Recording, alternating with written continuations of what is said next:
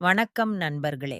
நீங்க ஒரு விஷயத்துக்காக மேனிஃபெஸ்டேஷன் பண்ணியிருக்கீங்க. ஆனா அது எப்ப நடக்கும்? எப்படி நடக்கும்? சில நேரங்கள்ல நடக்குமா? நடக்காதா? இப்படின்னு பல குழப்பங்கள் உங்களுக்குள்ள இருக்குதா? அப்போ இந்த வீடியோ உங்களுக்கு தான். நம்மளோட எண்ணங்களுக்கு பிரபஞ்சம் செவிசாய்க்கும் நேரம் வந்துடுச்சுன்னா, அது நம்மள சந்தோஷத்தோட, அமைதியோட நிரப்ப ஆரம்பிக்குது. ஆனா, ஒரே ஒரு விஷயம் அது நேரடியா நடக்கிறதுக்குள்ள, சில சின்ன சின்ன அறிகுறிகள், சிக்னல்கள் போல நம்ம வாழ்க்கையில தோன்ற ஆரம்பிக்குது. அந்த அறிகுறிகள நம்ம கவனிக்கிறோமா இல்லையா?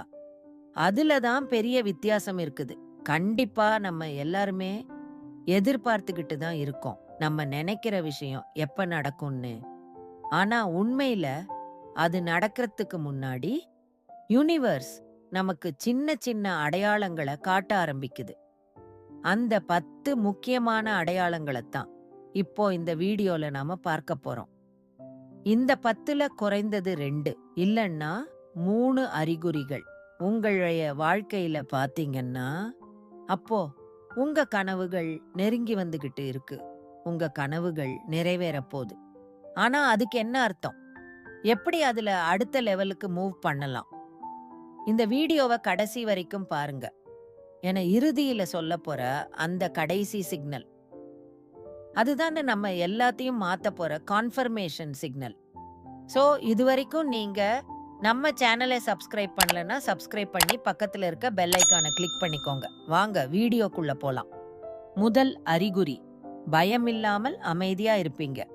இப்ப வரைக்கும் ஒரு விஷயத்த நினைச்சு ரொம்ப கஷ்டப்பட்டு, ரொம்ப வருத்தப்பட்டுக்கிட்டு இருந்திருப்பீங்க. ஆனா, ஒரு குறிப்பிட்ட நேரத்துக்கு அப்புறம், ஒரு குறிப்பிட்ட நாளுக்கு அப்புறம், அது எல்லாத்தையும் மறந்து நிம்மதியா, அமைதியா இருக்க ஆரம்பிச்சிருப்பீங்க. பயங்கர போராட்டமா இருந்த மனசு, திடீர்னு அமைதியா தளர்ச்சி இல்லாம மாறியிருக்கும். இதுவே முதல் அறிகுறி. ஏன்னா, நம்ம மனசு நம்பிக்கையோட நிரம்பும்போது தான், நமக்கு அந்த நிம்மதி வரும். பிரபஞ்சம் நமக்காக வேலை செய்ய ஆரம்பிக்கும்போது, நம்ம உடம்பும், மனசும் அத உணர ஆரம்பிக்குது. அந்த பயம் இல்லாம இருக்கிற ஒவ்வொரு நாளும், பிரபஞ்சம் சொல்ற மாதிரி தான். "நீ நெனச்சது நெருங்கி வருது. அமைதியா இரு, பயப்படாத." இதனால நீங்க ஒரு விஷயத்த பத்தி அதிகமா யோசிக்காம இருப்பீங்க.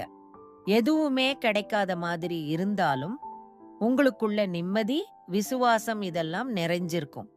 இந்த மாதிரி இருந்தா, நீங்க செய்ய வேண்டியது ஒண்ணே ஒண்ணு தான். அதே நிம்மதியோட இருக்கணும், அத பாதுகாக்கணும்.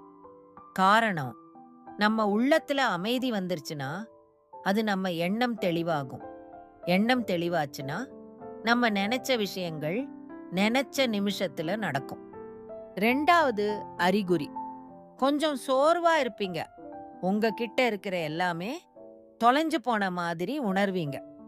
சில சமயம் நம்ம மனசு ரொம்ப சோர்வா இருக்கிற மாரி தோணும். அந்த நேரத்துல நம்ம வச்சிருக்க பொய்யான நம்பிக்கைகள் கொஞ்சம் கொஞ்சமா விலக ஆரம்பிக்கும். "இதுதான் உனக்கு உண்மையாகவே வேணுமா? இது உன்னால முடியுமா?" அப்படின்னு கேள்வி கேட்கும். இது ஏன் தெரியுமா? பிரபஞ்சம் நம்ம நம்ம வாழ்க்கையில இருக்கக்கூடிய தேவையில்லாத விஷயங்கள நம்ம கிட்ட இருந்து அகற்ற ஆரம்பிக்கும். நம்ம போகக்கூடிய பாதையில நமக்கு தடையா இருக்கக்கூடிய பழைய எண்ணங்கள், பழைய நம்பிக்கைகள், சில பழைய உறவுகள், இது எல்லாமே விலகி ஒரு நல்ல வாழ்க்கை அமைவதற்கான அறிகுறி தான் இந்த அறிகுறி. அப்படி உங்களுக்குள்ள ஏற்பட்ட அந்த வேலையினால தான் இப்படி சோர்வா இருக்கிற மாதிரி நீங்க உணர்வீங்க. ஒரு பெரிய புயல் வந்ததுக்கு அப்புறம் கிடைக்கப் போற அமைதி உங்களுக்கு கிடைக்கப் போகுதுன்னு நீங்க எடுத்துக்கலாம். இந்த கட்டத்துல நம்ம என்ன செய்யணும்? பயப்படாம, அந்த சோர்வ பார்த்து கவலைப்படாம, நான் இந்த நேரத்தையும் கடந்து போவேன். இது ஏதோ நல்லதுக்கான ஆரம்பம்னு நம்பிக்கையோடு இருக்கணும். 4வது அறிகுறி, நம்ம ஆசைப்பட்ட விஷயம் வேற யாருக்காவது நடக்கும். நாம ரொம்ப நாளா யோசிக்கிற ஒரு ஆசை, மத்தவங்களுக்கு நடக்கத நீங்க பார்க்க ஆரம்பிப்பீங்க. அது யாரா வேணா இருக்கலாம். நம்ம கூட பழகுறவங்களா இருக்கலாம். இல்லைன்னா தெரிஞ்சவங்களா இருக்கலாம். அவங்களுக்கு அது நடந்திருக்கும். உதாரணத்துக்கு, நீங்க ஒரு நல்ல வேலைக்காக ஆசைப்பட்டீங்கன்னா, உங்க நண்பனுக்கு அடுத்த நாளே ஒரு சூப்பரான ஜாப் கிடைச்சிருக்கும். இல்லனா, நீங்க ஒரு நல்ல உறவுக்காக மேனிஃபெஸ்ட் பண்றீங்கன்னா, உங்க கூட இருக்கிறவங்களுக்கு கல்யாணம் நடக்கும். இதெல்லாம் பார்த்த உடனே நமக்குள்ள ஒரு ஏக்கம் ஏற்படும். ஏன் நமக்கு மட்டும் நடக்க மாட்டேங்குது அப்படின்னு தோணும். ஆனா அப்பதான் நம்ம ஒரு விஷயத்த புரிஞ்சுக்கணும். பிரபஞ்சம் நமக்கான அறிகுறியை தான் அவங்க மூலமா தெரியப்படுத்துது. அந்த விஷயம் உண்மையாவே உங்களுக்கு வேணுமா? அத பார்த்து நீங்க சந்தோஷப்படுறீங்களா? அப்படின்னு செக் பண்ணு. சோ அந்த நேரத்துல அவங்கள பார்த்து நம்ம சந்தோஷப்படணும். அந்த சந்தோஷமே நம்ம நெனைச்சத சீக்கிரமா அடைய வைக்கும். சோ இனிமே உங்கள சுத்தி யாருக்கு என்ன நல்லது நடந்தாலும் சரி, அந்த இடத்துல பொறாமை வைக்காம அவங்களுக்கு இது நடந்திருக்கு. எனக்கும் கண்டிப்பா நடக்கும்னு மனப்பூர்வமா சொல்லிக்கணும். இதன் மூலமா மத்தவங்க சந்தோஷத்திலயும் நீங்க சந்தோஷப்படலாம். உங்க சந்தோஷத்திலயும் நீங்க சந்தோஷப்படலாம். அடுத்து 5வது அறிகுறி. உங்களுக்கு தேவையான ஆறுதல் மத்தவங்க மூலமாகவோ, இல்ல சில வார்த்தைகள் மூலமாகவோ உங்களுக்கு கிடைக்கும். நீங்க உங்களுக்குள்ளேயே யோசிச்சுக்கிட்டு இருப்பீங்க. இத நான் இப்ப செஞ்சா சரியா இருக்குமா? ஒரு தெளிவான கிளாரிட்டி இல்லையே அப்படின்னு தோணும். இல்லனா நான் என்ன செய்யணும்?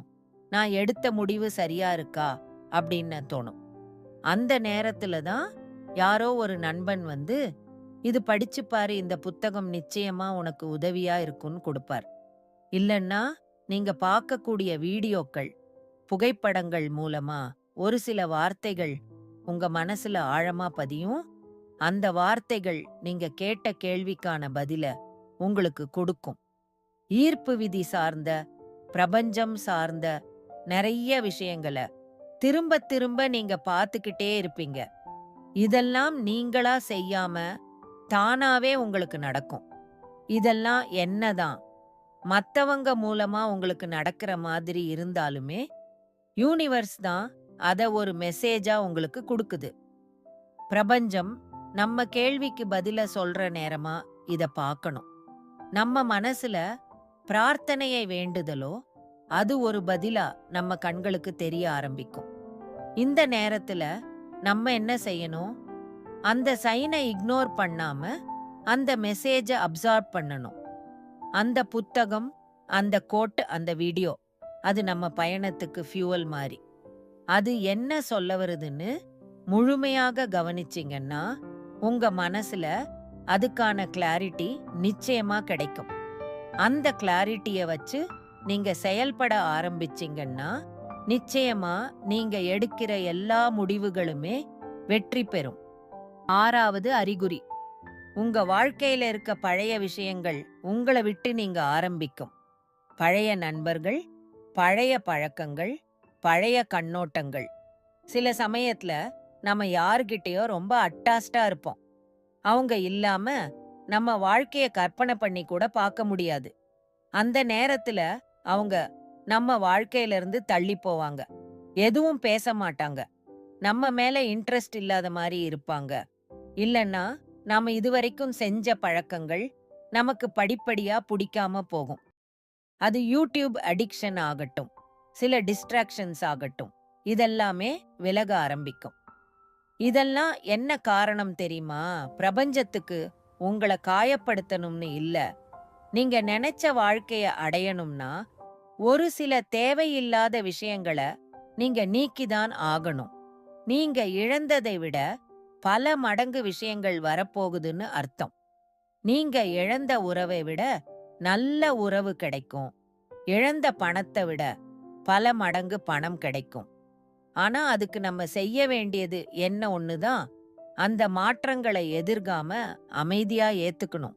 நம்ம வீட்டுக்கு விருந்தாடி வந்தா எப்படி வீட்டை சுத்தமாக வைத்திருப்பவர்கள், அதே மாதிரி இதுவும் ஒரு திட்டப்படுத்துற ப்ராசஸ் தான்.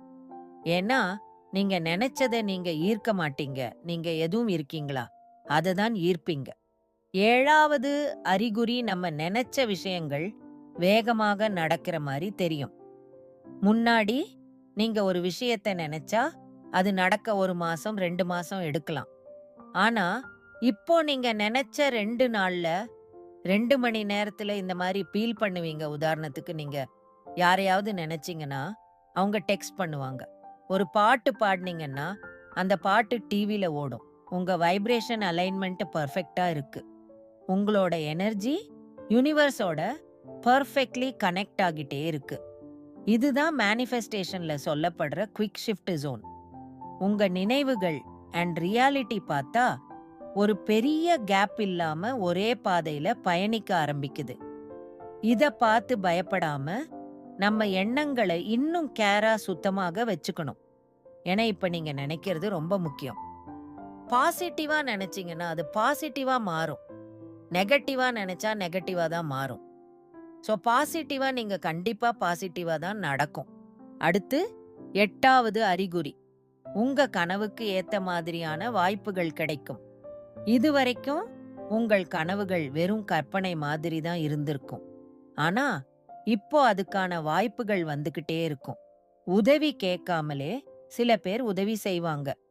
உன்கிட்ட இல்லாத விஷயங்கள் தானா கிடைக்கும். நான் இதுக்காக தாண்டா பொறந்திருக்கேன் அப்படிங்கிற ஒரு தன்னம்பிக்கை வரும். அந்த தன்னம்பிக்கைய பயன்படுத்தி நீங்க செய்யற விஷயங்களை முழு நம்பிக்கையோட தொடர்ந்து செய்யணும். இதெல்லாம் ஒரு ஆக்சிடென்ட் இல்ல. இந்த எல்லா விஷயமும் உங்கள் மேனிஃபெஸ்டேஷன் வெற்றி அடைவதற்கான அறிகுறி தான். நம்ம என்ன செய்யணும்? அந்த வாய்ப்புகளை பயமில்லாமல் பயன்படுத்தணும்.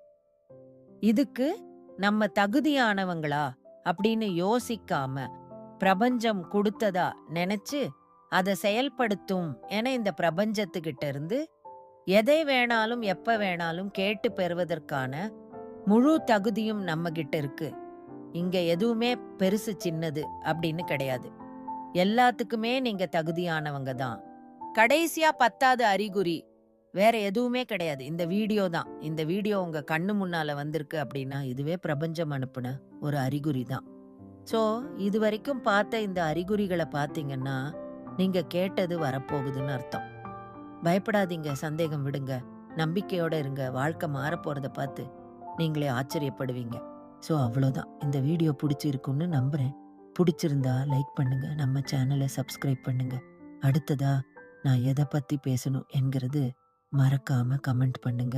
இன்னொரு வீடியோல உங்களை வந்து பார்க்கிறேன். நன்றி.